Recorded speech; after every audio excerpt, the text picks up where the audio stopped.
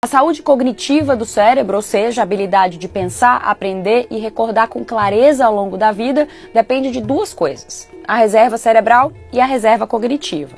Pense no cérebro como se fosse um computador.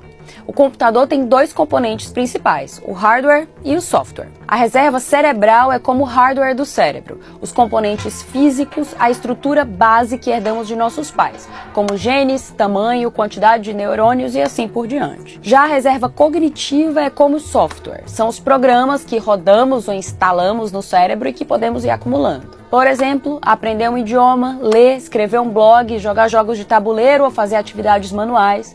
Todas essas atividades tornam o cérebro mais ágil e criativo e o desafiam a ser mais maleável. O fascinante é que várias pesquisas mostram que, embora nosso cérebro tenha lesões, ou seguindo a nossa metáfora, problemas de hardware, se instalamos mais programas e reforçamos a reserva cognitiva, nossos cérebros têm mais ferramentas para improvisar e para se proteger dos efeitos dessas lesões. Em algumas situações, isso permite ao cérebro minimizar ou adiar sintomas de perda cognitiva. Os cientistas ainda não entendem bem em nível fisiológico como é que o cérebro consegue se proteger dessa maneira. O que está claro é que esse reforço da reserva cognitiva é muito positivo. Mas se não sabemos ainda como esse mecanismo funciona, como sabemos que a reserva cognitiva existe? Isso se deve a centenas de freiras que permitiram que um jovem cientista estudasse seus cérebros lá nos anos 1980. O chamado estudo das freiras é a evidência científica mais clara que temos sobre o poder da reserva cognitiva para proteger o cérebro.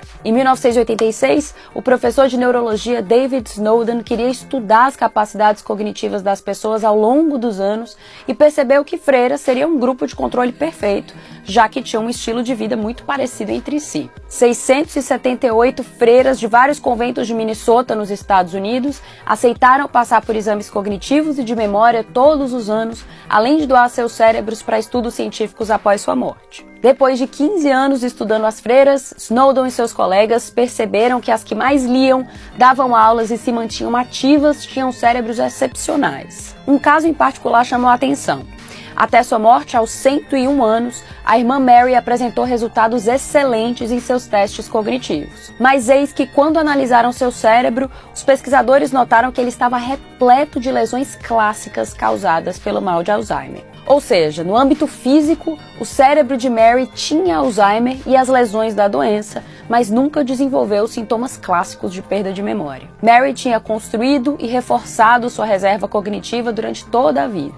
Lendo, escrevendo, usando a memória para aprender orações e canções de louvor, praticando com as demais freiras e encontrando alegria nessas atividades. Era como se seu cérebro tivesse tantas ferramentas e fosse tão criativo que conseguiu driblar o Alzheimer. Nunca é tarde para enriquecer sua reserva cognitiva, embora quanto mais cedo começarmos, melhor. E quais atividades servem para isso?